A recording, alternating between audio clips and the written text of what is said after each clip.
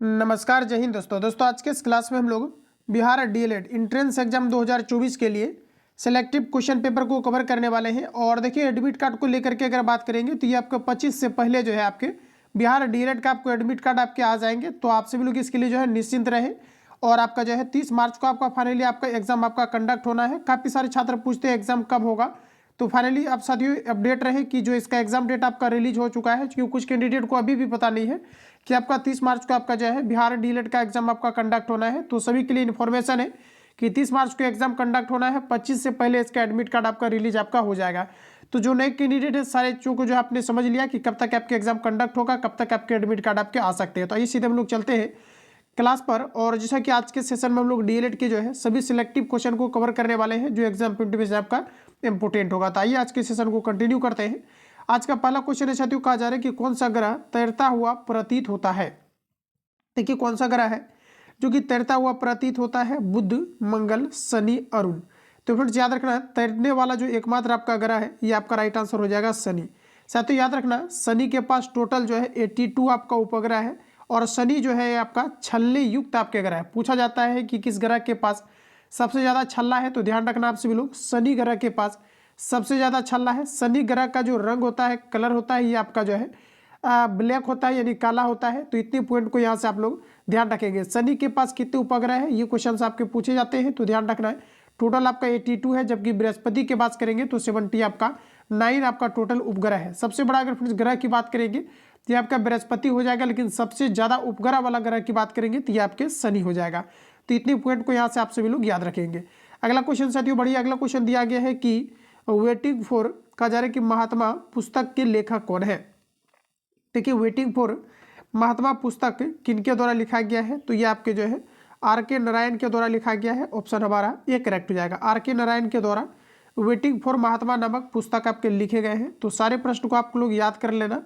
अगला क्वेश्चन की बात करें तो सौर परिवार का सबसे अधिक ठंडा ग्रह कौन सा है। देखिए साथियों, पूछा जा रहा है कि सौर परिवार का सबसे ठंडा ग्रह कौन सा है, ये आपको हमारा बताना है। तो हमारा राइट आंसर हो जाएगा वरुण। ध्यान रखेंगे कि सौर परिवार का सबसे अधिक ठंडा ग्रह कौन सा है, तो आपका राइट आंसर हो जाएगा वरुण। ऑप्शन हमारा जो है डी करेक्ट हो जाएगा। अगला क्वेश्चन की बात करें तो नेक्स्ट हमारा दिया गया है FAO का मुख्यालय कहाँ है। देखिए साथियों, बताना है कि जो हमारा FAO है इसका मुख्यालय कहाँ पर है। ऑप्शन दिया गया है पेरिस, रोम, न्यूयॉर्क, जेनेवा। तो साथियों FAO की मुख्यालय की बात करेंगे तो ये हमारा राइट आंसर हो जाएगा रोम में है। कहाँ पर है आपका, तो रोम में है। ऑप्शन जो है आपका बी सही हो जाएगा। अगला क्वेश्चन लीजिए आपके सामने है, और जिस भी क्वेश्चन का ऑलरेडी आपको आंसर पता है आप सभी लोग कमेंट बॉक्स में देकर के बताते चलेंगे। सभी प्रश्नों को आपको अटेम्प्ट लेना है। प्रश्न हमारा कि विद्युत आवेश का मात्रक क्या है। बिल्कुल आप सभी लोगों ने जो है इस क्वेश्चन को अटेम्प्ट ले लिया होगा। बोला जा रहा है कि विद्युत आवेश का एसआई मात्रक यानी जो मात्रक होता है, यूनिट होता है, ये आपका क्या होता है, तो ये फ्रेंड्स आपका जो है कूलम्ब होता है। ऑप्शन हमारा जो है सी करेक्ट हो जाएगा। एम्पियर देखिए विद्युत धारा का एसआई मात्रक होता है। ओम आपका प्रतिरोध का एसआई मात्रक होता है। जूल पर सेकेंड जो आपको दिया गया ये आपका शक्ति का एसआई मात्रक होता है। और शक्ति का एसआई मात्रक आपका वाट भी होता है, ध्यान रखना। और इसी वाट को जो है जूल पर सेकेंड के रूप में आपके लिखे जाते हैं। इतने पॉइंट को यहाँ से ध्यान रखना है। आगे बढ़ते हैं। नेक्स्ट क्वेश्चन हमारा दिया गया है 18 कैरेट सोना में कितना फीसदी शुद्ध सोना पाया जाता है। फ्रेंड्स ये क्वेश्चन मैंने 2 से 3 बार आपको जो है कवर करा दिया है। यहाँ पर क्या है कि थोड़ा सा क्वेश्चन जो है पूछने का आपका ट्रेंड आपका अलग है। तो 18 कैरेट सोना में, जबकि शुद्ध सोना की अगर बात करेंगे तो शुद्ध सोना आपका 24 कैरेट का होता है। लेकिन शुद्ध सोना जो होता है ये काफ़ी ज़्यादा मुलायम होते हैं। इसी कारण से इसमें क्या है कि 6 भाग जो है इसमें तांबा को मिलाया जाता है। इसी कारण से क्या है कि जो आभूषण बनाने के लिए सोना का प्रयोग किया जाता है ये आपका फ्रेंड्स आपका 18 कैरेट का होता है। तो 18 कैरेट में जो शुद्ध सोना का परसेंट होता है ये आपका 75% होता है। ऑप्शन हमारा जो है बी आपका करेक्ट हो जाएगा। और साथ ही याद रखेंगे सोना से रिलेटेड आपका चर्चा किया गया है। तो प्रश्न आपका पूछा जाता है सोना को गलाने के लिए किस अम्ल का प्रयोग किया जाता है। तो इसमें आपको एक्वा रेजिया का प्रयोग किया जाता है, जिसे हम लोग अम्लराज कहते हैं। अम्लराज जो आपका होता है किसका किसका मिश्रण होता है, तो हाइड्रोक्लोरिक एसिड प्लस आपका नाइट्रिक एसिड होता है, जिसे हम लोग NHNO3 के नाम से जानते हैं। इसमें आपका 3 भाग हाइड्रोक्लोरिक एसिड होता है, 1 भाग आपका जो है सांद्र आपका नाइट्रिक एसिड होता है। तो इतने पॉइंट को यहाँ से ध्यान रखेंगे। अगला क्वेश्चन की दोस्तों बात करें तो नेक्स्ट कहा जा रहा है कि युआन किस देश की मुद्रा है। तो देखिए दोस्तों, इस क्लास में आपका जितने भी आउट ऑफ कंट्री से क्वेश्चन आपका आया था, देश से रिलेटेड आपका आया था कि किस देश का कौन सा मुद्रा है। और किस देश का कैपिटल क्या है। तो मतलब क्या है कि कुछ आपका खास, जैसे कि आप देखेंगे तो पड़ोसी देश है, या फिर कुछ आपका खास ऐसा ही आपका देश है जहाँ से कि क्वेश्चन लगातार आपके जो है क्या है कि आपका पूछा गया है। क्योंकि आउट ऑफ कंट्रीज आप देखेंगे तो इतना सारा क्वेश्चन आपका है कि इतना आप रट नहीं पाएंगे। यही कारण है कि सिलेक्टिव क्वेश्चन में जितनी भी क्वेश्चंस आपका रिपीट किया गया था इन सभी को आपको डाल दिया गया है। जो भी आपके संभावित है सारा कुछ सिलेक्टिव क्वेश्चन में ही आपको प्रोवाइड किया जा रहा है। तो जो भी आपका सिलेक्टिव क्वेश्चन में आपको दिया गया है चीज़ें, इन सभी को आप लोग याद रखेंगे। तो प्रश्न हमारा कहा जा रहा है कि युआन किस देश की मुद्रा है, ये आपको हमारा बताना है। देखिए युआन की बात करेंगे तो ये आपका राइट आंसर हो जाएगा चाइना का, यानी ऑप्शन हमारा जो है डी आपका करेक्ट हो जाएगा। आगे बढ़ते हैं, अगला क्वेश्चन हमारा नेक्स्ट में दिया गया है। अगला क्वेश्चन हमारा नेक्स्ट में दिया गया है, बोला जा रहा है कि भारत का सबसे गहरा बंदरगाह कौन है। देखिए भारत का सबसे गहरा बंदरगाह कौन सा है, तो साथियों हमारा राइट आंसर हो जाएगा विशाखापट्टनम। ऑप्शन आपका ए करेक्ट हो जाएगा। भारत का सबसे गहरा बंदरगाह कौन सा है, तो हमारा राइट आंसर हो जाएगा विशाखापट्टनम। ऑप्शन हमारा जो है ए करेक्ट हो जाएगा। अगला क्वेश्चन है साथियों दिया गया है कि पंचशील समझौता पर हस्ताक्षर किस वर्ष हुआ था। वेरी इंपॉर्टेंट क्वेश्चन, याद रखेंगे आप लोग। साथियों पंचशील समझौता पर जो हस्ताक्षर किया गया था ये आपका कब किया गया था, तो ये जो साथियों आपका किया गया था 1954 में किया गया था। ऑप्शन हमारा बी करेक्ट हो जाएगा। इसको रिपीट करके आप सभी लोग अभी रिसेंटली इसको याद करेंगे। प्रश्न हमारा कि पंचशील समझौता पर कब हस्ताक्षर हुआ था, तो साथियों याद रखना 1954 में आपका हुआ था। ऑप्शन हमारा जो है बी करेक्ट हो जाएगा। सभी क्वेश्चन आपके एग्जाम के लिए काफ़ी ज़्यादा इंपॉर्टेंट होने वाला है, तो आप सभी लोग जो है सारे क्वेश्चन को याद कर लेंगे। अगला क्वेश्चन है कि अंतर्राष्ट्रीय तिथि रेखा किस महासागर से होकर गुजरती है। देखिए अंतर्राष्ट्रीय तिथि रेखा किस महासागर से होकर गुजरती है, ये आपको हमारा बताना है। तो ये हमारा राइट आंसर हो जाएगा प्रशांत महासागर से होकर के गुजरती है।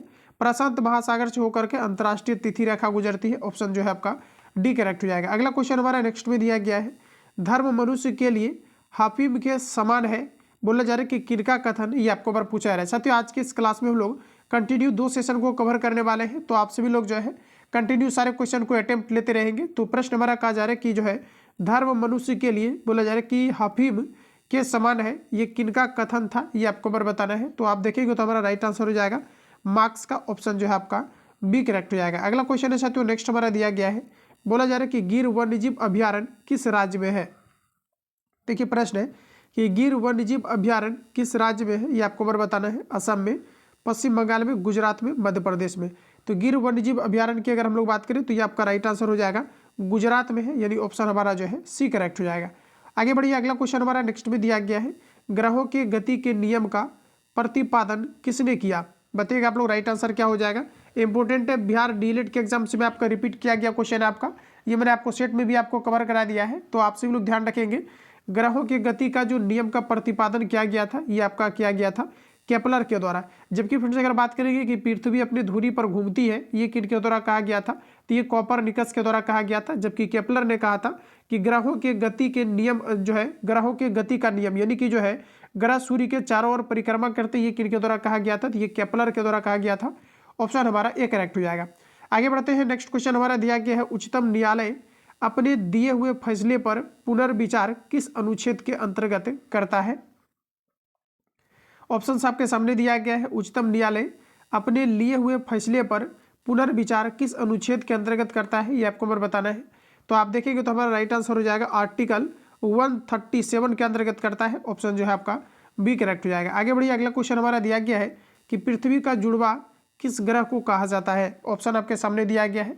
सभी क्वेश्चंस में आपको 2 से 3 सेकंड का आपको टाइम लेना है, फटाफट सारे क्वेश्चंस को अटेम्प्ट लेंगे। तो देखिए पृथ्वी का जुड़वा किस ग्रह को कहा जाता है, ये आपको हमारा पूछा जा रहा है। तो यहाँ पर हमारा राइट आंसर हो जाएगा शुक्र को कहा जाता है, यानी ऑप्शन जो है आपका सी करेक्ट हो जाएगा। आगे बढ़िए, अगला क्वेश्चन हमारा दिया गया है, प्रथम एशियाई खेल का आयोजन किस वर्ष किया गया था। देखिए साथियों प्रथम एशियाई खेल का आयोजन किस वर्ष किया गया था, 1951, 1955, 1965, 1963। तो देखिए प्रथम एशियाई खेल जो आपका आरंभ किया गया था 1951 में आपका किया गया था। ऑप्शन हमारा जो है ये आपका करेक्ट हो जाएगा। आगे बढ़ते हैं, नेक्स्ट क्वेश्चन हमारा दिया गया है, सर्वाधिक बार विश्व कप फुटबॉल जीतने वाला देश कौन सा है। तो देखिए मैक्सिमम जो आपका विश्व फुटबॉल जो है, विश्व कप फुटबॉल जीतने वाला जो देश आपका है ये कौन सा देश है, तो हमारा राइट आंसर हो जाएगा ब्राज़ील, यानी ऑप्शन आपका जो है सी करेक्ट हो जाएगा। ब्राज़ील ने फिर से अगर देखा जाए तो जो है सर्वाधिक बार क्या है कि जो है आपका विश्व फुटबॉल जो है इन्होंने जीता हुआ है। तो ऑप्शन जो है आपका सी करेक्ट हो जाएगा। अगला क्वेश्चन हमारा नेक्स्ट में दिया गया है, मुस्लिम लीग को प्रथम पृथक निर्वाचन का अधिकार किस वर्ष मिला? तो बताइए आप लोग, राइट आंसर आपका क्या हो जाएगा?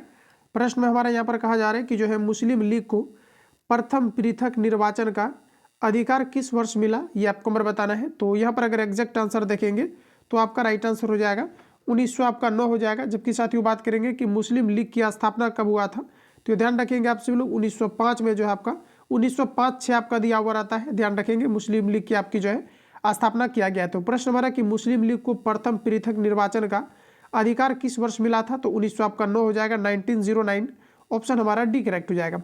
अगला क्वेश्चन साथियों कहा जा रहा है कि केन्या की राजधानी कहाँ है? तो देखिए केन्या की राजधानी कहाँ है, ये भी क्वेश्चन आपका डीएलएड के अंतर्गत पूछा गया है, साथ ही आपका बीएड के अंतर्गत आपका पूछा गया है। तो आप सभी लोग याद रखेंगे और प्रीवियस ईयर को आप सभी लोग एक बार रिवीजन कर लेना। हालांकि मैं प्रीवियस ईयर नहीं होगा तो आपको जो है सिलेक्ट करके आपको रिवीजन करा दूंगा बीच बीच में। तो आप देखेंगे तो केन्या की राजधानी कहाँ पर है, ये आपको हमारा बताना है। तो केन्या की राजधानी आपका हो जाएगा नैरोबी, यानी ऑप्शन हमारा बी करेक्ट हो जाएगा। नैरोबी किसकी कैपिटल है, तो केन्या की है, ऑप्शन जो है आपका बी सही हो जाएगा।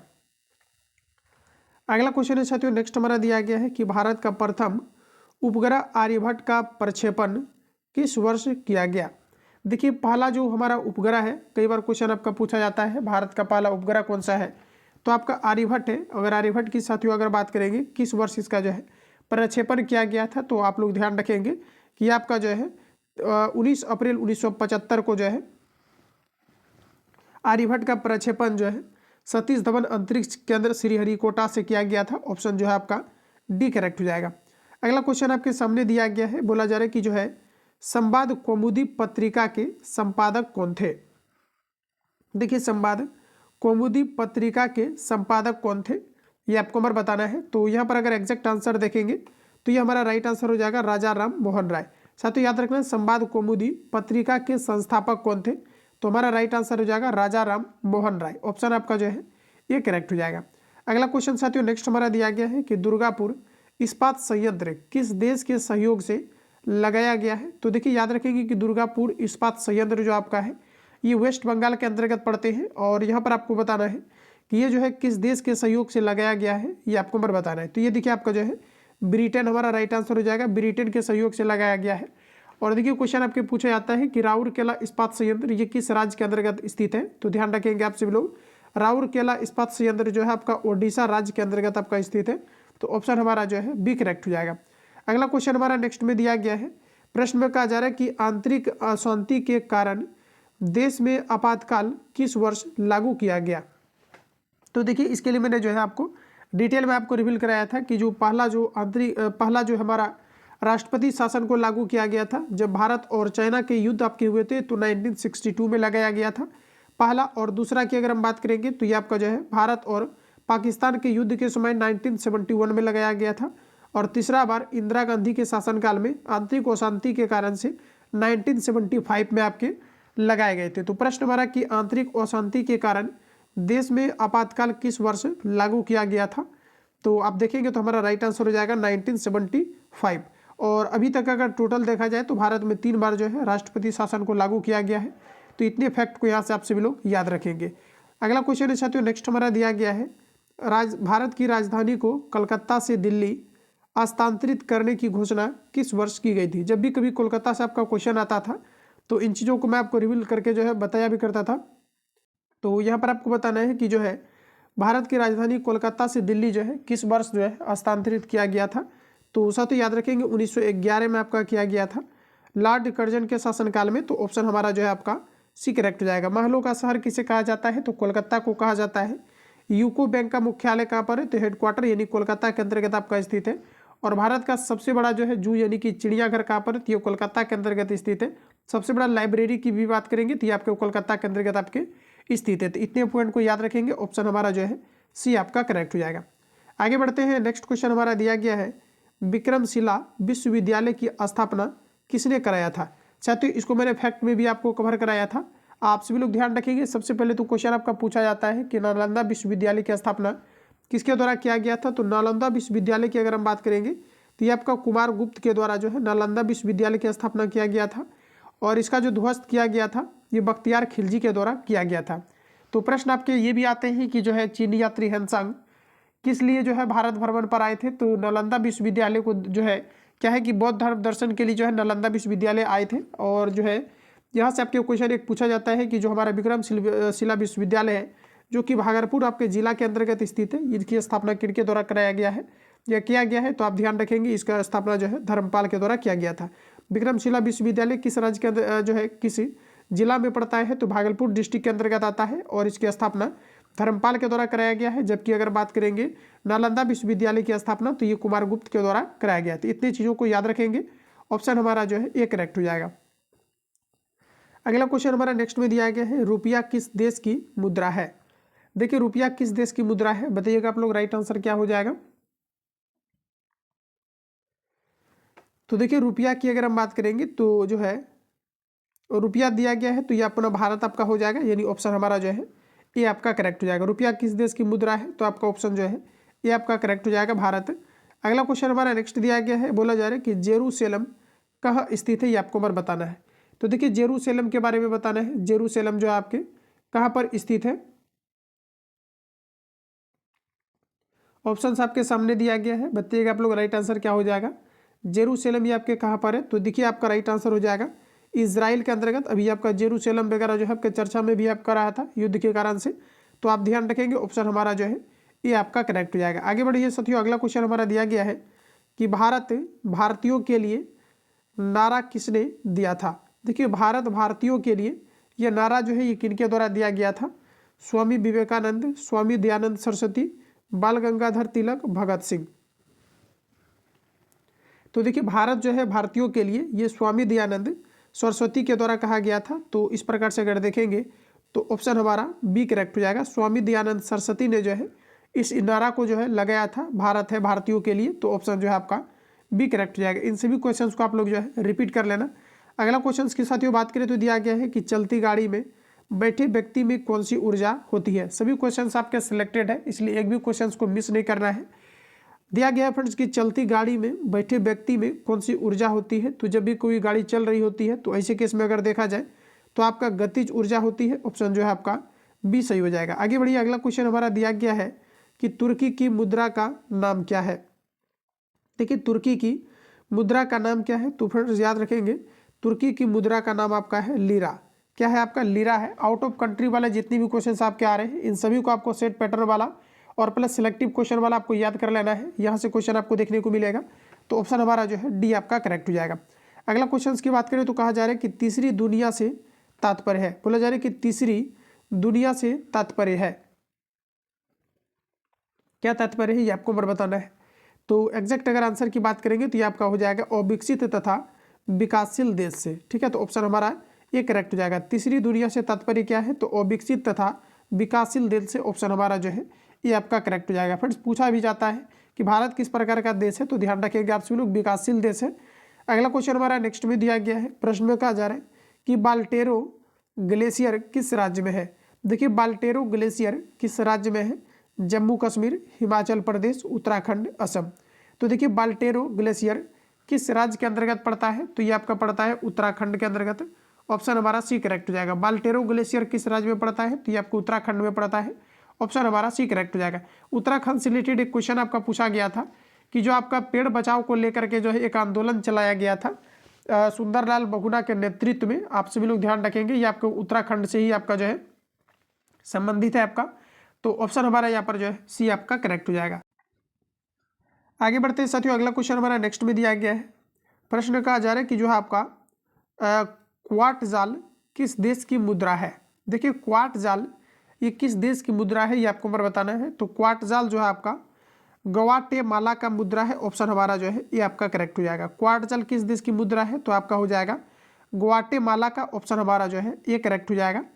अगला क्वेश्चन हमारा नेक्स्ट में दिया गया है। प्रश्न में कहा जा रहा है कि किस वर्ष मैसूर का नाम बदलकर कर्नाटक रखा गया। देखिए मैसूर का नाम बदलकर कर्नाटक ये बोला जा रहा है कि किस वर्ष आपके रखे गए थे। तो यहाँ पर अगर एग्जैक्ट आंसर की बात करेंगे तो 1970 आपका 3 हो जाएगा। ये सभी क्वेश्चंस आपको डायरेक्टली याद रखना है, ऑप्शन हमारा साथियों डी आपका करेक्ट हो जाएगा। आगे बढ़ते हैं, अगला क्वेश्चन हमारा दिया गया है, एक लड़की के झूले में बैठकर झूल रही लड़की एकाएक खड़ी हो जाती है, तो बोला जा रहा है कि खड़ी हो जाए तो दोलन काल पर क्या प्रभाव पड़ेगा, ये आपको बार बताना है। इम्पोर्टेंट है, थोड़ा कॉन्सेप्चुअल है, ध्यान रखेंगे, एक लड़की के झूले में बैठकर झूल रही है, मतलब एक लड़की झूले में बैठकर झूल रही है, लड़की एकाएक खड़ी हो जाए तो दोलन काल पर क्या प्रभाव पड़ेगा, ये आपको बार बताना है। तो जैसा कि फ्रेंड्स आपको पता है कि जब भी कभी क्या होता है कि लोलक की लंबाई बढ़ जाती है तो इसका समय अवधि जो होता है ये आपका घट जाता है। ऑप्शन आपका जो है बी आपका करेक्ट हो जाएगा। कई बार क्वेश्चन आपका पूछा जाता है कि गर्मी के दिनों में पेंडुलम वाली जो घड़ी होती है, पेंडुलम वाली, ये सुस्त क्यों हो जाती है। तो गर्मी में आप देखेंगे तो जो भी धातु की बनी चीज़ होते हैं इसमें जो है एक्सपेंशन होता है, इसका लंबाई में वृद्धि होता है, और जब भी कभी क्या होता है कि पेंडुलम की लंबाई बढ़ती है तो ये आपके सुस्त हो जाती है, ये जो है टाइम पीरियड आपका ज़्यादा लेने लगता है। तो ध्यान रखेंगे ऑप्शन आपका बी करेक्ट हो जाएगा। वही दोस्तों पूछा जाता है कि जब भी किसी घड़ी को, पेंडुलम वाली घड़ी को चंद्रमा पर ले करके जाया जाए तो क्या प्रभाव होगा। तो ध्यान रखना ये सुस्त हो जाएगा, क्योंकि चंद्रमा पर जो हमारा ग्रेविटेशनल फोर्स होता है इसका मान आपका जो है ना के बराबर होता है। चूंकि आप देखेंगे तो जी का जो वैल्यू होता है पृथ्वी के ध्रुव पर 9.8 मीटर पर आपका सेकेंड स्क्वायर होता है। तो यही कारण है कि किसी भी वस्तु को अगर पृथ्वी से दूर लेकर के जाया जाता है तो वैसे केस में अगर देखा जाए तो ये आपका सुस्त हो जाता है। तो इन सभी फैक्ट को यहाँ से आप लोग याद रखेंगे। अगला क्वेश्चन हमारा दिया गया है कि तुर्की की राजधानी कहाँ है। वेरी इंपॉर्टेंट क्वेश्चन, याद रखेंगे तुर्की की राजधानी कहाँ पर है। तो तुर्की की राजधानी आपका हो जाएगा अंकारा में है, यानी ऑप्शन जो है आपका बी करेक्ट हो जाएगा। अगला क्वेश्चन आपके सामने दिया गया है, प्रश्न में कहा जा रहा है कि भूटान की मुद्रा क्या कहलाती है। साथियों बताना है कि भूटान की मुद्रा ये क्या कहलाती है। तो ये आपका जो है न्यू गल्ट्रम कहलाती है, ऑप्शन डी करेक्ट हो जाएगा। भूटान की मुद्रा क्या कहलाती है, तो न्यू गल्ट्रम कहलाती है, यानी ऑप्शन हमारा डी करेक्ट हो जाएगा। अगला क्वेश्चन लीजिए आपके सामने दिया गया है, बोला जा रहा है कि न्यू शेकेल, बोला जा रहा है कि शेकेल किस देश की मुद्रा है। देखिए न्यू शेकेल किस देश की मुद्रा है, वियतनाम, लीबिया, इजराइल, इक्वाडोर।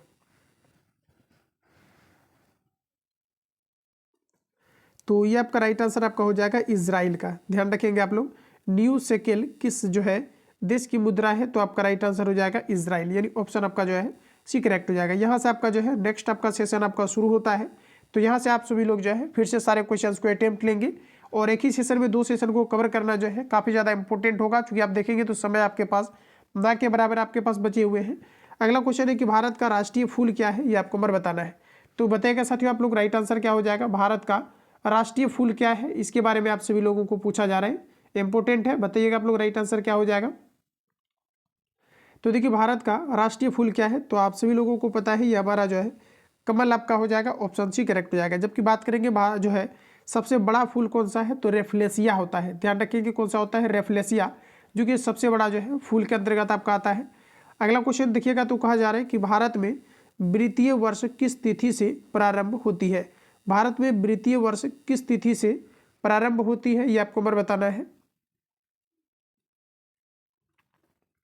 तो देखिए वृत्तीय वर्ष जो होता है ये आपका 1 अप्रैल से आपका जो है शुरू होता है, ऑप्शन आपका बी जो है सही हो जाएगा। अगले बढ़िए, अगला क्वेश्चन हमारा नेक्स्ट में दिया गया है, सहारा मरुस्थल कहाँ पर स्थित है।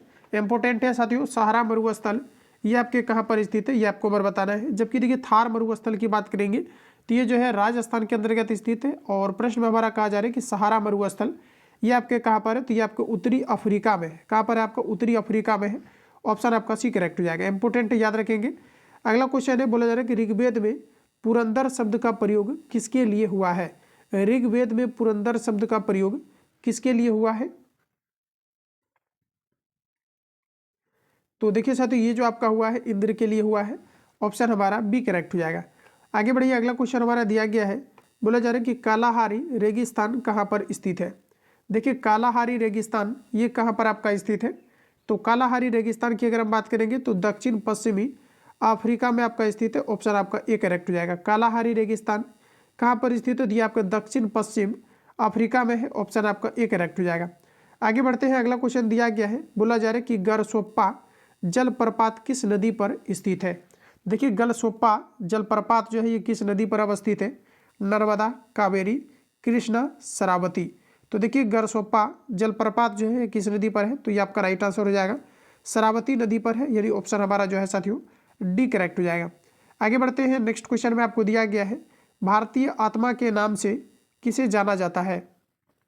भारतीय आत्मा के नाम से किसे जाना जाता है, ये आपको बताना है। बिल्कुल आपके डीएलएड के एग्जाम में यही पैटर्न आपका रहने वाला है, तो आप सभी लोग ध्यानपूर्वक सारे क्वेश्चंस को रिवीजन करेंगे जो भी आपका पीडीएफ प्रोवाइड किया गया है।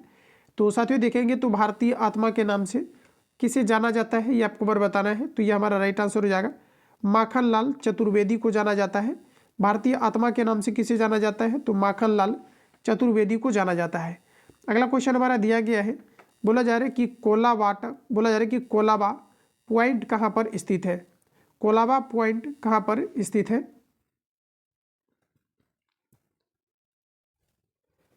तो देखिए कोलाबा पॉइंट की अगर हम बात करेंगे तो यह हमारे मुंबई के अंतर्गत स्थित है। ऑप्शन जो है बी आपका सही हो जाएगा। आगे बढ़ते हैं फ्रेंड्स, अगला क्वेश्चन हमारा दिया गया है, बोला जा रहा है कि मुसोलिनी कहाँ का निवासी था? देखिए मुसोलिनी जो है ये कहाँ का निवासी था?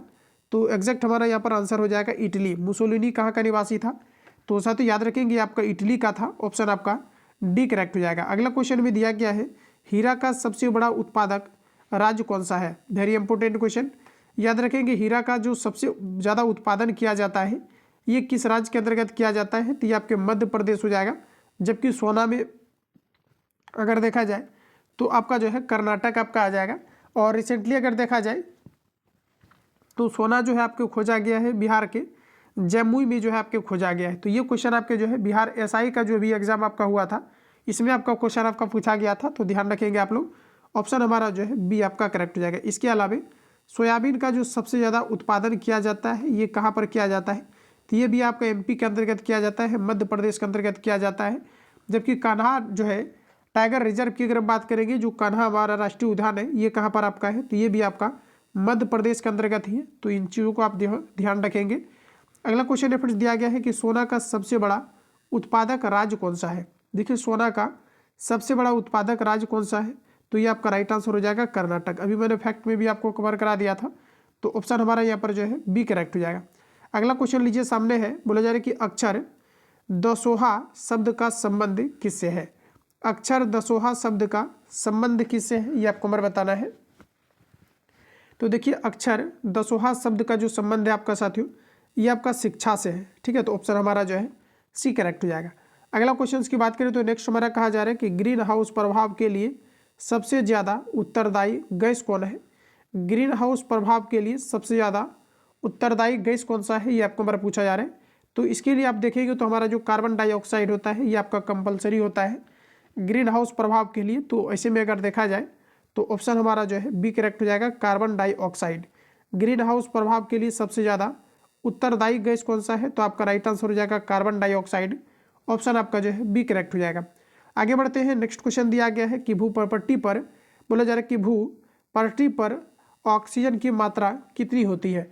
यहाँ से देखिए जो ज़्यादातर आपको क्वेश्चन पूछा जाता है कि भूपट्टी पर सबसे अधिकतम मात्रा में कौन सा तत्व पाया जाता है? तो ऑक्सीजन हो जाएगा। जबकि फ्रेंड्स अगर धातु पूछा जाता है तो आपका सिलिकॉन आपके हो जाते हैं। इसके अलावा सेकेंड नंबर पर आपका एल्यूमिनियम आपका आ जाता है। तो इन सभी चीज़ों को सबसे पहले यहाँ से याद रखेंगे।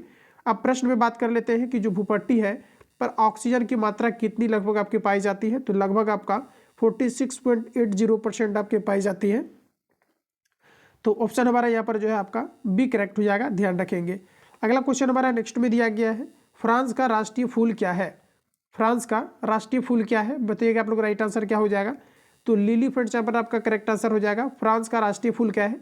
रेयर केस में इस प्रकार के क्वेश्चन आपका पूछा जाएगा आउट ऑफ कंट्री से आपका जो है कि क्या आपका जो है किस देश का आपका जो है राष्ट्रीय फूल क्या है, इससे भी रिलेटेड अगर देखा जाए तो कुछ आपका हाईलाइटेड आपका है जो कि प्रीवियस वाला ही रिपीट करेगा आपका, इसलिए मैंने सिलेक्ट किया हुआ है। तो ऑप्शन आपका ये करेक्ट हो जाएगा, ध्यान रखेंगे। अगला क्वेश्चन की बात करें तो दिया गया है कि चांदी का सबसे बड़ा उत्पादक राज्य कौन सा है? ये सभी क्वेश्चन आपके छपने की जो है पूरी पॉसिबिलिटी है, तो ध्यान रखेंगे आप लोग। चांदी का सबसे बड़ा उत्पादन राज्य कौन सा है? तो ये हमारा राइट आंसर हो जाएगा राजस्थान। कौन सा हो जाएगा? राजस्थान। तो एक बार आप सभी लोग रिवीजन कर लीजिए कि हीरा के बारे में अगर पूछा जाता है तो आपका एमपी हो जाएगा यानी मध्य प्रदेश हो जाएगा। जबकि अगर साथियों अगर सोना की बात करेंगे तो आपका जो है कर्नाटक आपका हो जाएगा। वही अगर हम बात करेंगे कि चांदी का सबसे ज़्यादा उत्पादन किस राज्य के अंतर्गत किया जाता है तो आपका हो जाएगा राजस्थान। ऑप्शन आपका जो है सी करेक्ट हो जाएगा। इसके अलावा देखिए तांबा का भी उत्पादन जो है राजस्थान के अंतर्गत किया जाता है। एक खेतड़ी नामक स्थान है जहाँ पर कि तांबा का उत्पादन राजस्थान के अंतर्गत सबसे अधिकतम मात्रा में किया जाता है। आगे बढ़िए, अगला क्वेश्चन हमारा नेक्स्ट में दिया गया है, मैग्मा किस रूप में पृथ्वी से बाहर आता है? ठोस के रूप में, गैसीय रूप में, पिघले द्रव्य के रूप में, इनमें से कोई नहीं। तो देखिए मैग्मा जो है किस रूप में पृथ्वी से बाहर आता है ये आपको बार बताना है। तो ये पिघले हुए द्रव्य के रूप में आपके निकलते हैं। ऑप्शन आपका जो है सी सही हो जाएगा। आगे बढ़िए, अगला क्वेश्चन हमारा दिया गया है कि थोरियम का सबसे बड़ा भंडारण कहाँ पर स्थित है? तो देखिए थोरियम का सबसे बड़ा भंडारण ये कहाँ पर स्थित है? तो ये हमारा राइट आंसर हो जाएगा, केरल के अंतर्गत है। ऑप्शन आपका बी करेक्ट हो जाएगा। मसालों का शहर आपके केरल को ही कहा जाता है, ध्यान रखेंगे। अगला क्वेश्चन है साथियों, नेक्स्ट हमारा दिया गया है, चैंपियन ट्रॉफी का संबंध किससे है? चैंपियन ट्रॉफी आपने सुना होगा। चैंपियन ट्रॉफी का संबंध किससे होता है? तो ये आपका क्रिकेट से होता है। क्रिकेट से फ्रेंड्स आपका पूछा जाता है, दिलीप ट्रॉफी जो है ये किससे आपका संबंधित है? तो ये आपका क्रिकेट से संबंधित है। जबकि अगर हम बात करेंगे सिली पॉइंट, तो ये भी आपका जो है क्रिकेट से आपका संबंधित है। संतोष ट्रॉफी की अगर बात करेंगे तो ये आपका फुटबॉल से संबंधित है, ध्यान रखेंगे। सानिया मिर्जा किस खेल से संबंधित है? तो टेनिस खिलाड़ी थे। इन सभी पॉइंट को आप याद रखेंगे।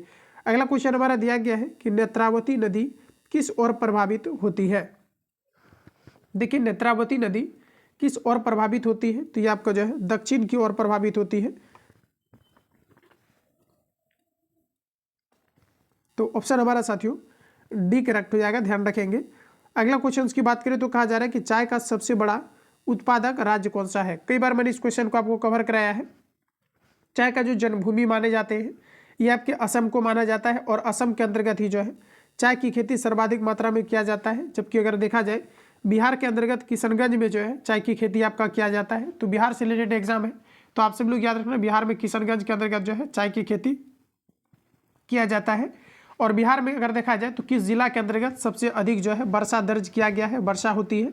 तो आपका राइट आंसर हो जाएगा किशनगंज। जबकि अगर बात करेंगे सबसे कम वर्षा बिहार के अंतर्गत किस जिला के अंतर्गत होता है, तो आपका हो जाएगा गया।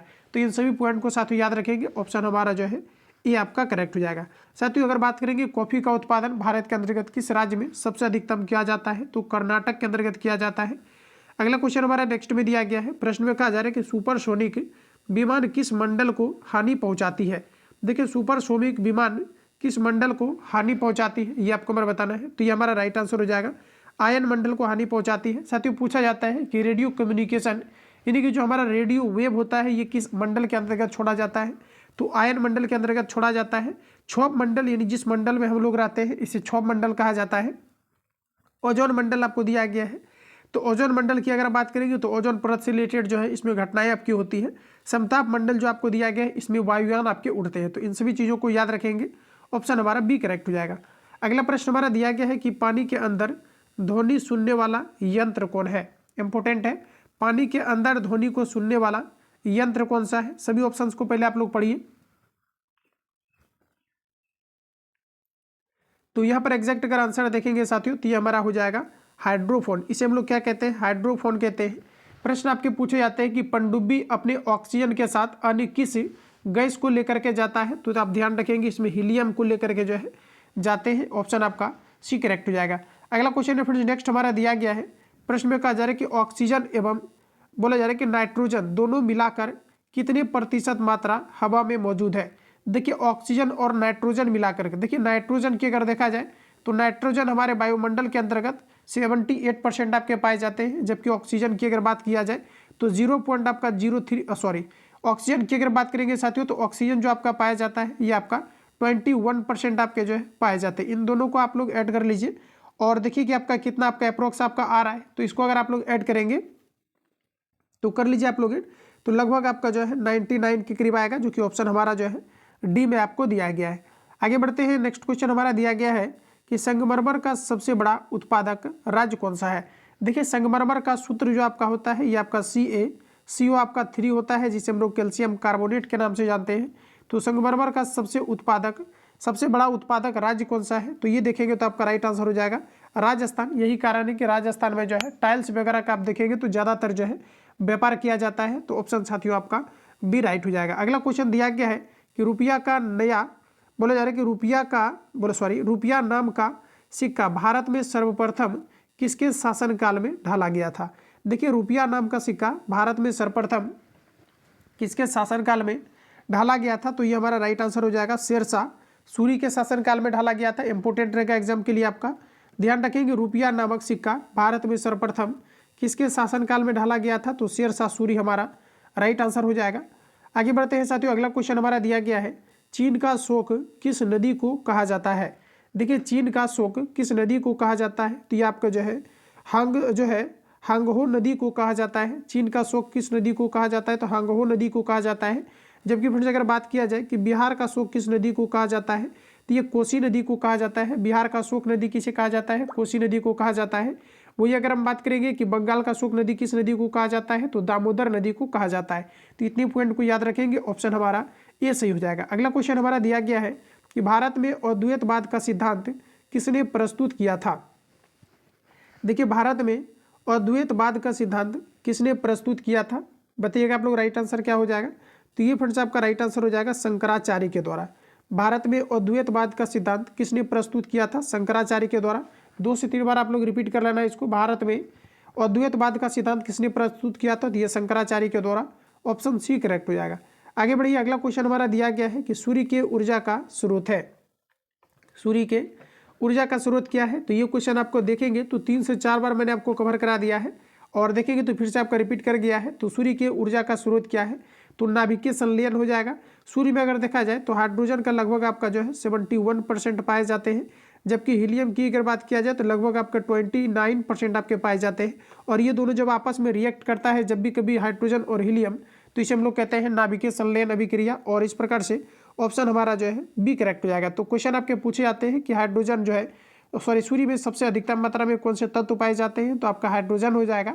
और अगर आपको ये पूछा जाता है कि जो है हीलियम कितना पाया जाता है, तो 29% पाए जाते हैं। इन सभी पॉइंट को आप लोग याद रखेंगे, ऑप्शन आपका बी करेक्ट हो जाएगा। अगला क्वेश्चन देखिएगा तो नेक्स्ट कहा जा रहा है कि भारत के किस राज्य में सबसे अधिक लिग्नाइट कोयला मिलता है। तो बताइए आप लोग राइट आंसर क्या हो जाएगा। तो देखिए कोयला का चर्चा किया गया है, तो कोयला में देखिए पूछा जाता है कि सबसे अच्छे ग्रेड का कोयला या अच्छा कोयला कौन सा होता है, तो ये आपका एंथ्रासाइट होता है। सबसे खराब कोयला की बात करेंगे तो ये आपका जो है पीट होता है। तो साथ ही याद रखेंगे, पूछा जाता है कि एंथ्रासाइट में जो है कार्बन की मात्रा कितना पाई जाती है, तो 90 से आपका 95% जो है एंथ्रासाइट में कार्बन की मात्रा पाई जाती है, जो कि सबसे अच्छे ग्रेड का कोयला होता है। तो भारत के किस राज्य में सबसे अधिक लिग्नाइट कोयला मिलता है, तो ये हमारा राइट आंसर हो जाएगा तमिलनाडु के अंतर्गत। पवन ऊर्जा का सबसे ज़्यादा जो है उत्पादन कहाँ पर किया जाता है, तो ये भी आपके तमिलनाडु के अंतर्गत आपका किया जाता है। अगला क्वेश्चन साथियों दिया गया है कि भारत के किस क्षेत्र में सबसे कम वर्षा होती है। तो बताइए आप लोग राइट आंसर क्या हो जाएगा। भारत के किस क्षेत्र में सबसे कम वर्षा होती है, तो यहाँ पर हमारा एग्जैक्ट आंसर हो जाएगा लेह में। ध्यान रखेंगे, भारत के किस क्षेत्र में सबसे कम वर्षा होती है, तो यहाँ पर हमारा एग्जैक्ट आंसर हो जाएगा लेह में सबसे कम वर्षा होती है। जबकि अगर देखा जाए असम मेघालय तरफ ज़्यादा वर्षा होता है, तो इसी कारण से पूछा जाता है गारो खासी पहाड़ियाँ ये कहाँ पर है, तो ये आपके मेघालय के अंतर्गत स्थित है। इन सभी पॉइंट को याद रखेंगे। अगला क्वेश्चन में हमारा दिया गया है, बोला जा रहा है कि गायकवाड़ कहाँ का शासक था। देखिए बोला जा रहा है कि गायकवाड़ ये जो है आपके कहाँ का शासक था, इसके बारे में आपको बताना है। इंदौर, ग्वालियर, बड़ौदा, पुणे। तो देखिए जो है गायकवाड़ जो है साथियों, ये कहाँ का शासक था, तो ये आपका बड़ोदरा का था। ऑप्शन हमारा जो है सी करेक्ट हो जाएगा। अगला क्वेश्चन हमारा नेक्स्ट में दिया गया है, मदन मोहन मालवीय के द्वारा किस विश्वविद्यालय की स्थापना की गई। तो देखिए मदन मोहन मालवीय के द्वारा किस विद्यालय की स्थापना किया गया था, तो हमारा राइट आंसर हो जाएगा बनारस हिंदू विश्वविद्यालय की स्थापना किया गया था। ठीक है, बनारस हिंदू विश्वविद्यालय की स्थापना किया गया था, जिसे BHU के नाम से जाना जाता है। तो ये मदन मोहन मालवीय के द्वारा इसकी स्थापना किया गया था। ऑप्शन हमारा जो है सी करेक्ट हो जाएगा। अगला क्वेश्चन हमारा नेक्स्ट में दिया गया है, शिव समुद्रम जलप्रपात किस नदी पर स्थित है। तो देखिए शिव समुद्रम जलप्रपात किस नदी पर स्थित है, ये आपको हमारा बताना है। तो ये आपका जो है कावेरी नदी पर स्थित है। ऑप्शन डी करेक्ट हो जाएगा। शिव समुद्रम जलप्रपात किस नदी पर स्थित है, तो ये आपके कावेरी नदी पर है। ऑप्शन डी हमारा राइट हो जाएगा। अगला क्वेश्चन में हमारा दिया गया है कि सेब का सबसे बड़ा उत्पादक राज्य कौन सा है। जम्मू कश्मीर, हिमाचल प्रदेश, पंजाब, उत्तराखंड। सेब का सबसे ज़्यादा उत्पादन बताइएगा आप लोग, ये जो है किस राज्य के अंतर्गत किया जाता है। तो बिल्कुल आप लोगों ने इसको बना लिया होगा।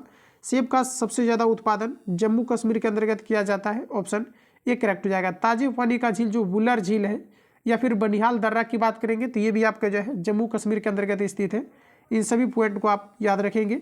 अगला क्वेश्चन हमारा दिया गया है कि केसर का सबसे बड़ा उत्पादक राज्य कौन सा है। तो देखिए केसर का सबसे बड़ा उत्पादक राज्य कौन सा है, तो देखिए दोस्तों हमारा राइट आंसर हो जाएगा जम्मू कश्मीर। ऑप्शन आपका ए करेक्ट हो जाएगा। सभी क्वेश्चन को आप लोग याद रखेंगे। जम्मू कश्मीर जो है केसर का सबसे बड़ा उत्पादक राज्य है। अगला क्वेश्चन हमारा दिया गया है कि शरीर की सबसे बड़ी हड्डी कौन है। फीमर, टीनिया, टीबिया होना चाहिए था, हालांकि चलिए कोई बात नहीं है, ये आपका होगा नहीं आंसर। टेम्पर दिया गया है, स्टेपिस दिया गया है। तो देखिए शरीर का सबसे बड़ी जो हड्डी होती है ये आपके जांघ में पाई जाती है, जिसे फीमर कहा जाता है। ऑप्शन आपका ए करेक्ट हो जाएगा। जबकि सबसे छोटी हड्डी की बात करेंगे तो ये आपका हो जाएगा, राइट आंसर आपका हो जाएगा स्टेप्स नामक हड्डी, जो कि व्यक्ति के कान में पाई जाती है। कान में टोटल आपके जो है व्यक्ति के 6 हड्डियां पाई जाती है, तो ध्यान रखेंगे ऑप्शन जो है आपका ये यहाँ पर आपका राइट हो जाएगा। अगला क्वेश्चन है कि यूरेनियम का सबसे बड़ा उत्पादक राज्य कौन है। इंपॉर्टेंट है फ्रेंड्स, याद रखेंगे। यूरेनियम का सबसे बड़ा उत्पादक राज्य कौन सा है। राजस्थान, झारखंड, आंध्र प्रदेश, केरल। यूरेनियम का सबसे ज़्यादा उत्पादक जो है राज्य है, ये हमारा राइट आंसर हो जाएगा झारखंड। झारखंड में सिंहभूम नामक एक स्थान है जो कि जादूगोड़ा के अंतर्गत पड़ता है, तो यहाँ पर आपका राइट आंसर हो जाएगा झारखंड, जहाँ पर कि यूरेनियम का सबसे ज़्यादा उत्पादन किया जाता है। पूछा जाता है कि परमाणु रिएक्टर में कौन से यूरेनियम का प्रयोग किया जाता है, तो यूरेनियम आपका 235 का प्रयोग किया जाता है। अगला क्वेश्चन हमारा नेक्स्ट में दिया गया है, यूनिसेफ दिवस कब मनाई जाती है। यूनिसेफ दिवस किस तिथि को सेलिब्रेट किया जाता है। ऑप्शन आपके सामने है, फटाफट आप लोग अटेम्प्ट लेंगे और देखना है कि कितना एक्यूरेसी आप मेंटेन कर पा रहे हैं। तो आपका यहाँ पर राइट आंसर हो जाएगा 11 दिसंबर को यूनिसेफ दिवस के रूप में सेलिब्रेट किया जाता है। अगला क्वेश्चन में हमारा दिया गया है कि संतरा की खेती कहाँ पर अधिक होती है। देखिए संतरा की खेती कहाँ पर अधिकतम होती है, तो फ्रेंड्स याद रखेंगे ये नागपुर के अंतर्गत संतरा की खेती अधिकतम होती है। ऑप्शन बी करेक्ट हो जाएगा। अगला प्रश्न में हमारा दिया गया है कि पंचायती राज का सबसे छोटा अंग है। देखिए पंचायती राज व्यवस्था जो है 73वां संविधान संशोधन के तहत सर्वप्रथम राजस्थान के नागौर जिला में जो है आपका लागू किया गया था 1992 में। और बात करें कि पंचायती राज व्यवस्था का सबसे छोटा अंग कौन सा है, तो पंचायती राज व्यवस्था का 3 अंग होता है, जिसमें कि आपका ग्राम पंचायत, पंचायत समिति और जिला परिषद आते हैं।